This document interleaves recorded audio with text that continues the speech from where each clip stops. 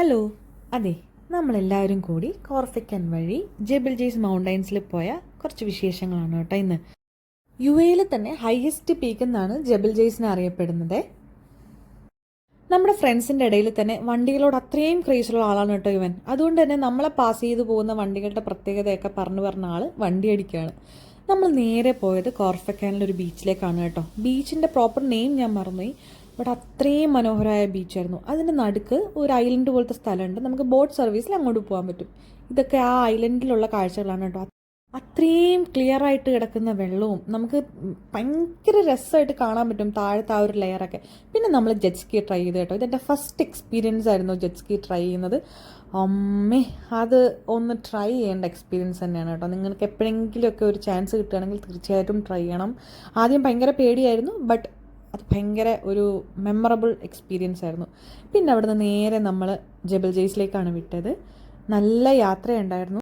But ആ യാത്ര അത്രയും തന്നെ നമുക്ക് എൻജോയ് ചെയ്യാൻ പറ്റും. അത്രയും ബ്യൂട്ടിഫുള്ളായ സ്ഥലങ്ങളായിരിക്കും നമ്മുടെ ചുറ്റുമുള്ളത്.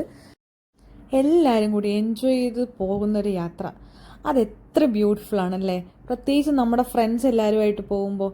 നമ്മളവിടെ എത്തിയപ്പം വളരെ ഇരുട്ടിയിരുന്നു കേട്ടോ. ഞങ്ങൾ ആരും തന്നെ പ്രതീക്ഷിക്കാത്ത അത്രയധികം ഫ്രീസിങ് തണുപ്പായിരുന്നു കേട്ടോ.